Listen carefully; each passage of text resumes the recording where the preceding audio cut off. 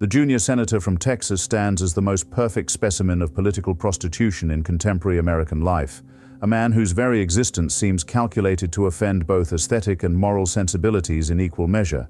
Here we have Raphael Edward Cruz, though he prefers Ted, that most American of diminutives, adopted with the same cynical calculation that governs his every public utterance, a creature so thoroughly marinated in his own ambition that he has become impervious to the elementary human emotions of shame or self-awareness. Consider, if you can bear it, the spectacle of this Princeton and Harvard-educated lawyer affecting the drawl of a Texas populist, this son of a Cuban immigrant who discovered his convenient antipathy toward immigration precisely when it became politically expeditious to do so. The transformation goes beyond hypocrisy. It insults the very concept of hypocrisy, which requires the maintenance of two separate positions. Cruz has pioneered a more advanced form of political shape-shifting, wherein principles are treated as quaint irrelevancies, beneath the consideration of a man destiny has marked for greatness, or so he perpetually assures us, with that peculiar combination of sanctimony and oleaginousness that makes you long for the relative authenticity of a used car salesman. The catalogue of his pusillanimity would be merely tedious were it not so instructive. Here, after all, is the man who prostrated himself before Donald Trump after the latter had insulted his wife's appearance and suggested his father was involved in the Kennedy assassination. Not content with mere capitulation, Cruz transformed himself into one of Trump's most servile defenders, phone banking for the man who had publicly humiliated him and his family. One searches history for parallels to such self-abasement and comes up short. Even Vichy collaborators maintain some pretense of dignity. But perhaps we are being unfair. Perhaps Cruz's servility stems from that most American of virtues, ambition unencumbered by principle. Watch him at any congressional hearing, and you will witness a performance of such theatrical self-regard that Narcissus himself seems modest by comparison. The furrowed brow, the practiced pauses, the sonorous intonations, all deployed in service of whatever position polls suggest might advance his perpetual presidential aspirations. He interrogates witnesses with the moral authority of a man who has never met a conviction he wouldn't abandon for political advantage, lecturing others on constitutional principles while himself advocating for the overthrow of a democratic election. The January 6th insurrection provides perhaps the most illuminating window into the Cruz psyche. Here was his moment, his chance to position himself as Trump's heir apparent by leading the charge against electoral certification. That this charge was based on lies so transparent that even Trump's own appointees rejected them was irrelevant. That it would contribute to an atmosphere of violence that would leave people dead was apparently unconsidered. Cruz saw only opportunity, and he seized it with the grip of a man who has confused shamelessness with courage. His colleagues' assessment of him has achieved a rare bipartisan consensus that would be admirable were it not so damning. Lindsey Graham's jest that murdering Cruz on the Senate floor would result in acquittal if the jury were drawn from senators speaks to a contempt that transcends party lines. Al Franken observed that Cruz could be the subject of the statement, "I like Ted Cruz more than most of my colleagues like Ted Cruz, and I hate Ted Cruz." This is not the normal friction of political disagreement. It is the visceral response of human beings forced to endure prolonged exposure to a man who treats every human interaction as a transaction and every principle as negotiable. The Cancun episode during Texas's deadly winter storm of 2021 deserves special mention because fleeing to a beach resort while his constituents froze to death revealed the breathtaking incompetence of his subsequent cover-up. First, he blamed his daughters, throwing his own children under the proverbial bus with the excuse that he was being a good dad. Then, when caught in this lie by his own text messages, he pivoted to admitting it was obviously a mistake, as though the problem were optical rather than moral. A man possessed of even rudimentary shame would have resigned.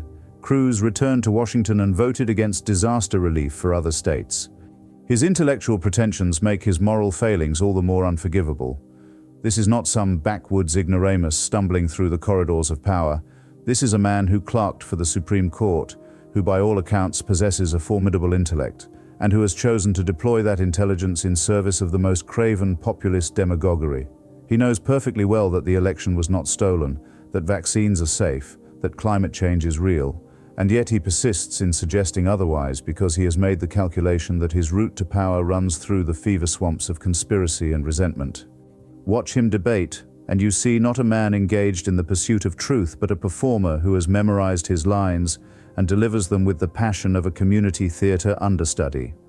His Princeton debate training shows in every calculated gesture, every rehearsed spontaneity, every deployment of rhetoric in service of positions he adopted 5 minutes before taking the stage. He is the embodiment of technique without substance, form divorced from content, ambition untethered from purpose beyond its own satisfaction. What makes this particularly galling is that Cruz represents the degradation of American conservatism from a philosophy with which one might disagree into a cynical power grab, dressed in the borrowed clothes of principle. Edmund Burke would not recognize this charlatan who invokes his name. William F. Buckley would have eviscerated him with a politeness more devastating than any insult.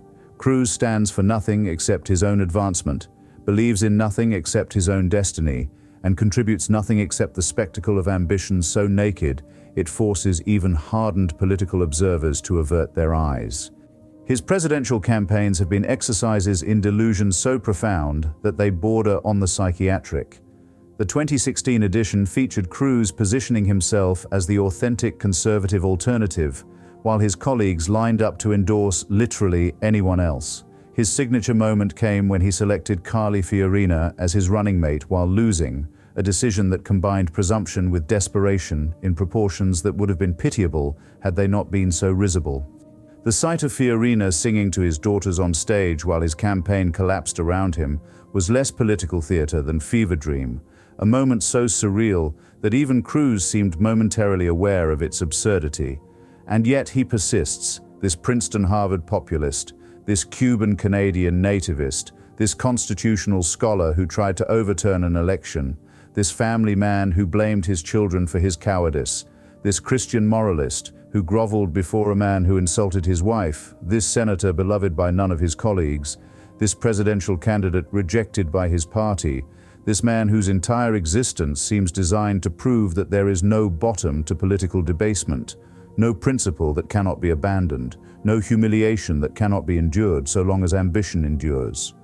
To observe Ted Cruz is to witness the apotheosis of everything wrong with American politics, the hollow ambition, the performative outrage, the cynical manipulation of legitimate grievances, the reduction of governance to theater, the elevation of power over principle. He stands as a bad senator, a failed presidential candidate, and most damningly, a walking repudiation of the very idea that politics might serve some purpose beyond personal advancement. The final insult is that Cruz knows all of this. Behind the calculated folksiness and the practiced indignation lies a man who understands precisely what he has become and has made his peace with it. This goes beyond ignorance or delusion. It represents something far worse, a conscious choice to be the worst version of himself because he has calculated that this is what success requires. In this sense, perhaps Cruz is right. Perhaps he is exactly what we deserve, a mirror held up to our political culture that reflects back every cynicism, every compromise, every abandonment of principle in pursuit of power. But even if we deserve Ted Cruz, must we endure him with equanimity? Must we pretend that this emperor has clothes, that this fraud is authentic, that this coward is brave? The answer, emphatically, is no. The least we can do, perhaps the most we can do, is to call things by their proper names, to identify charlatanism when we see it, to refuse to normalize what should appall us. Ted Cruz is what he has chosen to be, a cautionary tale in human form, a monument to ambition without honor, a reminder that intelligence without integrity is not merely worthless but actively harmful. Cruz will persist, impervious to shame, immune to introspection, forever climbing toward a summit that recedes with every grasping, graceless step. He will continue to mistake notoriety for respect, attention for admiration, power for purpose. And we will continue to endure him, this perfectly evolved political parasite, this embodiment of our worst impulses, this man who has achieved the remarkable feat of making us nostalgic for politicians who kept their hypocrisy private. If there is a circle of hell reserved for those who betrayed their gifts in service of their ambitions, Ted Cruz has already reserved his seat. The only question is whether he will insist on upgrading to first class.